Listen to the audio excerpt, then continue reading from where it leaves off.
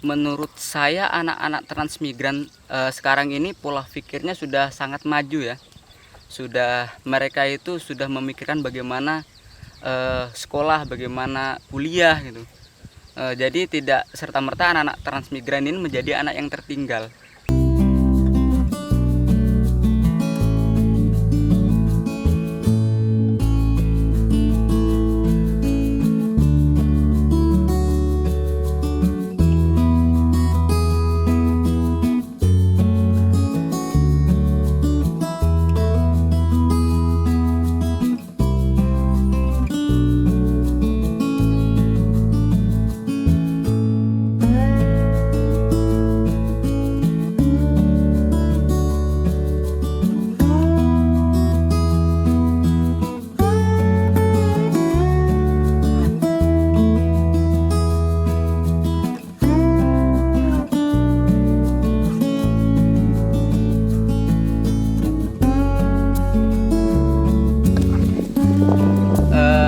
Suka duka jadi anak transmigran itu ya sangat banyak sekali ya. Saya awal ikut transmigran itu dari kakek saya pada tahun 80-an itu trans ke Aceh. Jadi saya kebetulan lahir di Aceh. Kemudian di sana ada konflik GAM ya, waktu gerakan Aceh Merdeka itu rumah kami dibakar semua. Jadi kami lari ke Jawa. Kemudian 2003 kami transmigrasi ke Kabupaten Bulungan, tepatnya di Desa Bukit Indah SP6 Apung di depan Berigip tuh ya. Sukanya di situ ya, kita dikasih tanah ya dari pemerintah seluas 2 hektar untuk dikelola karena bapak saya memang petani. Jadi ya bersyukur sekali kita dapat tanah. Kemudian kita ketemu keluarga baru, teman baru. Dukanya namanya transmigrasi baru pada saat itu, jalanan masih tanah ya. Desa Bukit Indah itu suatu desa yang sangat menarik karena untuk masuk ke dalam desanya itu kita melewati 12 bukit yang pada saat itu masih jalan tanah, dan itu licin sekali. Untuk pergi ke sekolah, saya ke SMP 5 di kilo 12 itu kita jalan kaki setiap hari, berangkat jam 6 sampai sekolah nanti sudah jam 7. Itu dukanya, salah satu dukanya. Kemudian untuk melanjutkan pendidikan ke SMA itu jauh ya, saya harus ke kota Tanjung Selor. Itu pada saat itu terasa sangat berat sekali bagi kita anak transmigran untuk sekolah. Dari situlah orang tua mengambil langkah ataupun tindakan untuk pindah dan menumpang di daerah kilometer 2. Jadi kita di kilometer 2 ini mengelola tanahnya penduduk asli sini, tanah orang Dayak. Kita tumpangi, kemudian kita bertani semata-mata yang pertama untuk mendekatkan jarak sekolah saya gitu. Tapi alhamdulillah dari situ kita dapat jalan. Ya dari hasil bertani bapak saya sudah bisa menyelesaikan saya kuliah, alhamdulillah. Kemudian adik saya lagi skripsi.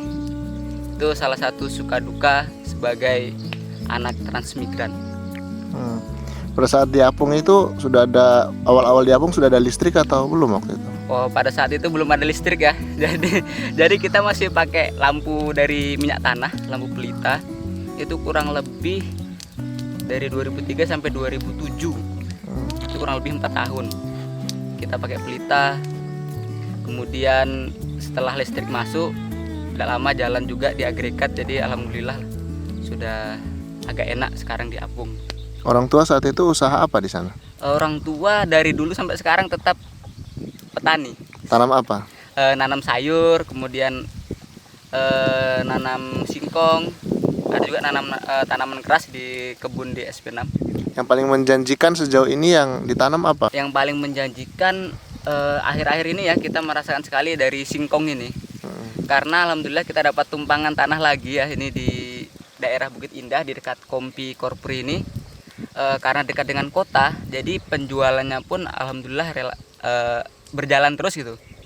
Jadi betul-betul lumayanlah dirasakan ini dari hasil singkong ini. Terus terpikir untuk membuat tiwul itu gimana kemarin? Jadi pada saat kemarin itu kan, pada saat pandemi ini bingung kita mau usaha apa gitu kan. Cari kerja susah, biarpun lulusan kuliahan itu sangat susah sekali kemarin untuk mencari kerja. Nah di samping itu dapatlah ide di Tanjung Selor ini, khususnya Bulungan ini, belum ada yang memproduksi tiwul ataupun nasi singkong ini. Kebetulan ibu punya atau bisa gitu cara membuat tiwul. Kemudian dari situlah saya coba untuk membuat nasi tiwul. Itu ibu dari mana? Dari Gunung Kidul atau daerah mana kemarin? Kalau ibu itu dari Jawa Tengah, daerah Banjarnegara ya.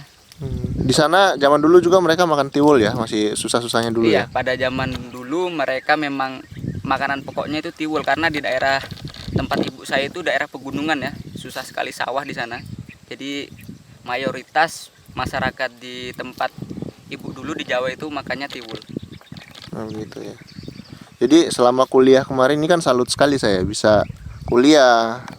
Adiknya juga saat ini kuliah gitu ya. Siap. Walaupun saat ini masih berjuang untuk mendapatkan pekerjaan, tetapi bisa kuliah dengan orang tua yang berjuang di kebun. Seperti apa, dapat beasiswa atau memang murni usaha orang tua membantu perkuliahan?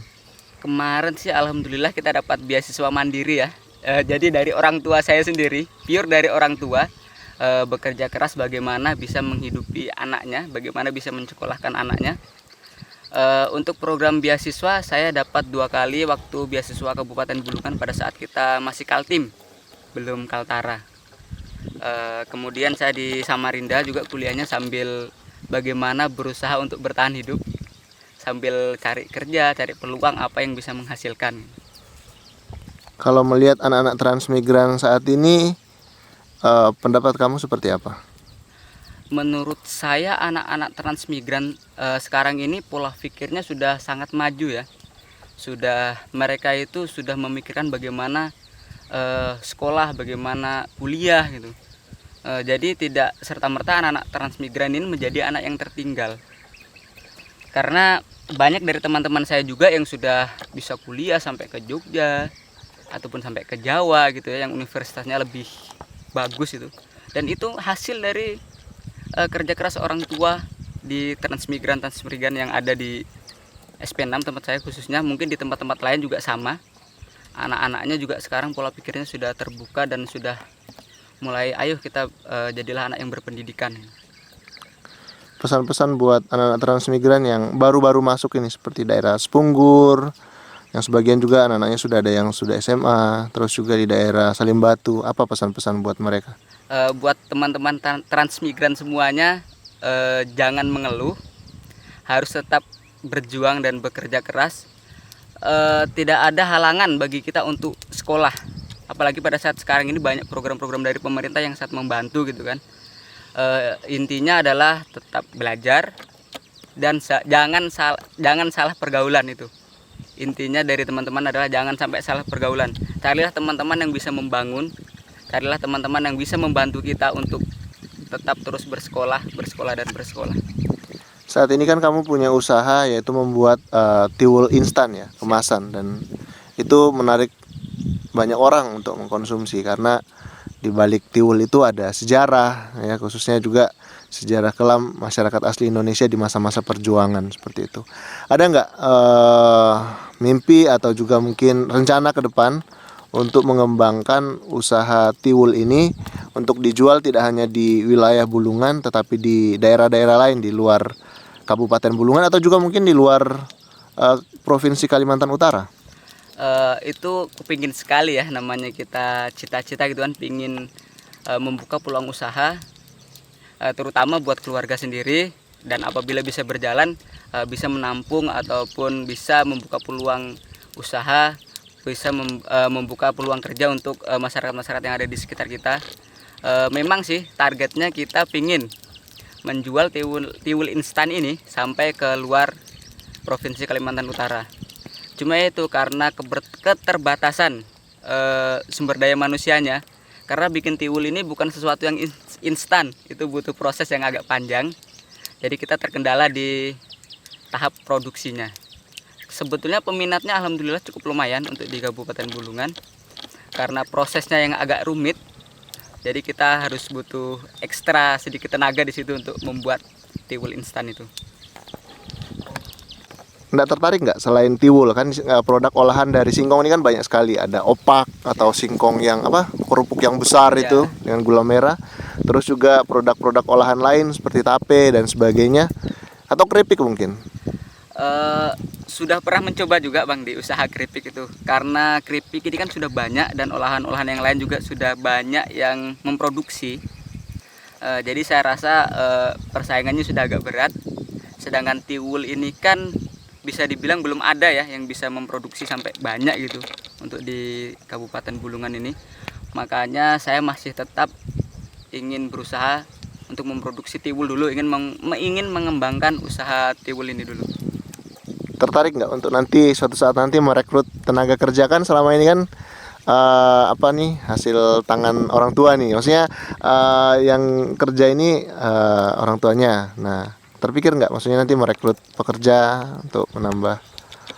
Itu sangat terpikir ya, dan sebetulnya sih kemarin sudah pingin gitu kan, wah ini merekrut nih 2 orang dulu, yang satu untuk produksi, yang satu untuk melakukan pemasaran, kayak nyetor ke kecamatan-kecamatan yang ada di Kabupaten Bulungan atau mungkin ke kabupaten sebelah yang ada di Kalimantan Utara. Kemarin sudah terbesit ide seperti itu, cuman belum bisa terlaksana gitu. Mudah-mudahan lah kedepannya bisa gitu.